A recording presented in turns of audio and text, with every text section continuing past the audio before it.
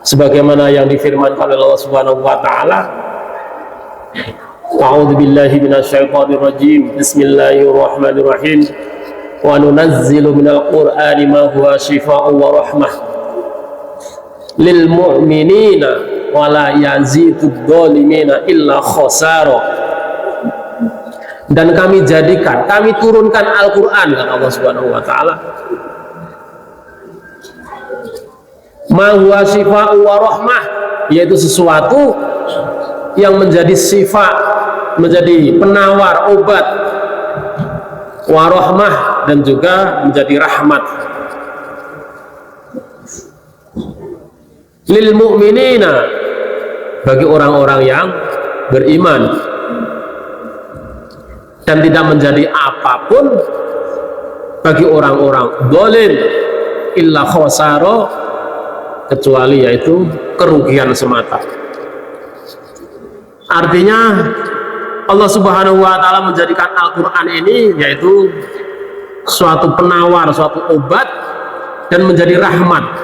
Dan Al-Qur'an ini bisa menjadi obat dan rahmat, yaitu lil mu'minina, hanya bisa dinikmati, hanya bisa dirasakan pada orang-orang yang beriman saja. Karena wala yazidud dhalimina illa khasara, bagi orang-orang zalim tidak akan menambah apapun. Tapi bagi orang yang beriman, kita mendengar dibacakan Al-Quran akan menambah kepada kita keimanan kita. Namun bagi orang zalim tidak menambah apapun juga, illa khasara, kecuali kerugian. Jadi bagi orang yang tidak beriman, Al-Quran ini hanyalah tumpukan kertas layaknya bacaan biasa. Mungkin ini sering khotib sampaikan bahwasanya bagi orang yang tidak beriman, ini yang perlu digarisbawahi, bagi orang yang tidak beriman, tidak ada keimanan di dalam sanubari, di dalam hatinya, tentunya Al-Quran ini layaknya tumpukan kertas sebagaimana koran ataupun bacaan biasa. Dan di saat mereka memosisikan Al-Quran sebagai mana bacaan biasa, disitulah mereka telah mendolimi terhadap Al-Quran. Di awal khotib sampaikan bahwa Al-Quran adalah menjadi obat. Tentunya obat di sini baik obat fisik maupun obat mental kemanusiaan. Menjadi obat mental, contohnya yaitu Al-Quran ini adalah menjadikan ketenangan bagi siapa yang mempelajari, bagi siapa yang membacanya.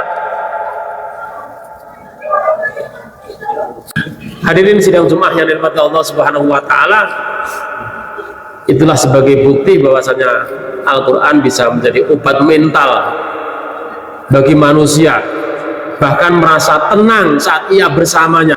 Dan yang kedua yaitu Al-Quran bisa menjadi obat fisik bagi manusia, karena Al-Quran ini bisa menjadi yaitu suatu ruqyah, pengobatan secara ruqyah, secara syar'i yang pernah diajarkan dan dilakukan oleh Rasulullah SAW. Ada sebuah kisah bahwasanya seseorang mengidap suatu penyakit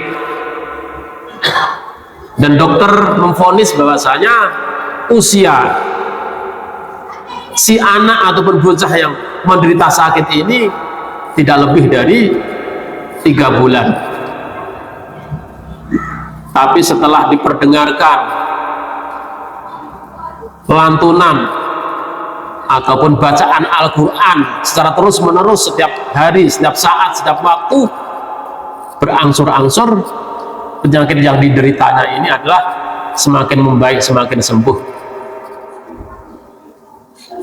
Bahkan dokter pun merasa heran setelah cek ulang kembali, apakah ada obat lain untuk menyembuhkan si anak ini, kata dokter kepada bapak si anak ini. Bapak ini pun tidak dokter, hanya permintaan si anak inilah untuk membelikan suatu flash disk bahasa sekarangnya itu. Setiap hari saya perdengarkan, hanya itu yang kami lakukan. Jadi di sini mengandung makna bahwasanya Al-Quran ini adalah menjadi sifat, menjadi obat bagi kehidupan manusia. Hadirin sidang Jumat yang dirahmati Allah Subhanahu wa taala, intinya bahwasanya daya efektif daripada obat ini sebenarnya hanya tergantung pada 3 hal. Yang pertama yaitu dosis daripada penyakit, yang kedua yaitu dosis daripada obat itu sendiri, dan yang ketiga yaitu sugesti daripada pemakai obat. Begitu juga Al-Quran menjadi obat ini juga tidak terlepas daripada konsep tersebut. Memang benar hadirin jamaah yang dirahmati Allah Subhanahu wa taala, sudah jelas Al-Quran adalah sebagai obat. Namun yang jadi permasalahannya yaitu bagaimana cara kita mendiagnosis daripada penyakit itu sendiri dan bagaimana sugesti daripada pengguna obat tersebut. Untuk itu mari hadirin jamaah sekalian yang dirahmati Allah Subhanahu wa taala, mari sama-sama kita tentunya senantiasa dan selalu mempelajari daripada Al-Quran dari sisi realitasnya, dan tentunya meyakini kepada Al-Quran. Dengan demikian tentunya kita mampu untuk mendiagnosis daripada suatu permasalahan dengan jitu, hingga akhirnya kita dapat memutuskan suatu keputusan dengan efektif. Inilah khutbah yang sangat singkat.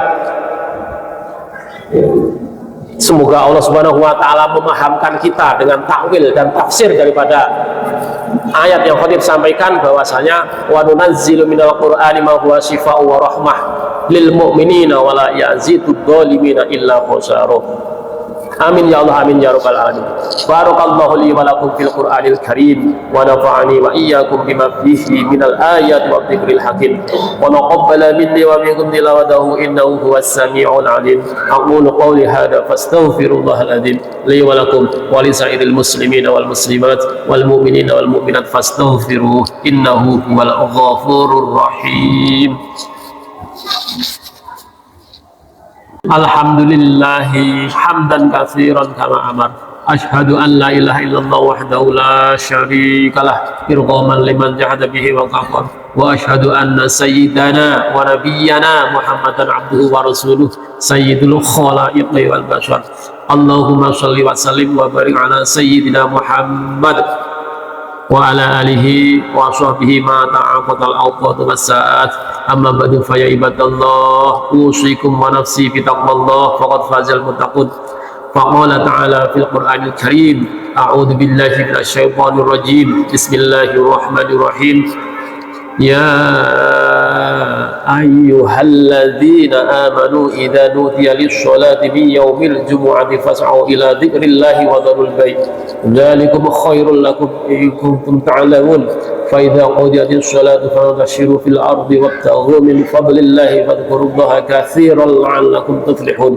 Wa'lamu anna Allah ta'ala shalla 'ala nabiyyi qadima kama qala ta'ala innallaha wa malaikatahu yusholluna 'alan nabi ya ayyuhalladzina amanu shallu 'alaihi wa sallimu taslima. Allahumma shalli wa sallim wa barik ala sayyidina Muhammad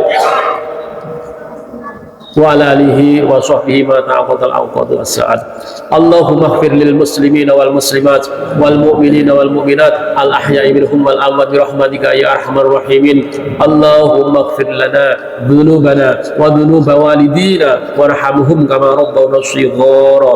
اللهم اجعل بلدتنا إندونيسيا هذه بلدة طيبة راحية مرحية تجري فيها أحكامك وسنة رسولك.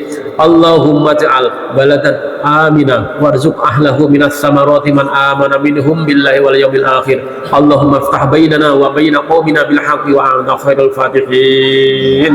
ربنا ظلمنا أنفسنا وإن لم تغفر لنا وترحمنا لنكونن من الخاسرين. ربنا آتنا في الدنيا حسنة وفي الآخرة حسنة وقنا عذاب النار. وصلى الله على سيدنا محمد وعلى آله وصحبه وبارك وسلم تسليما كثيرا.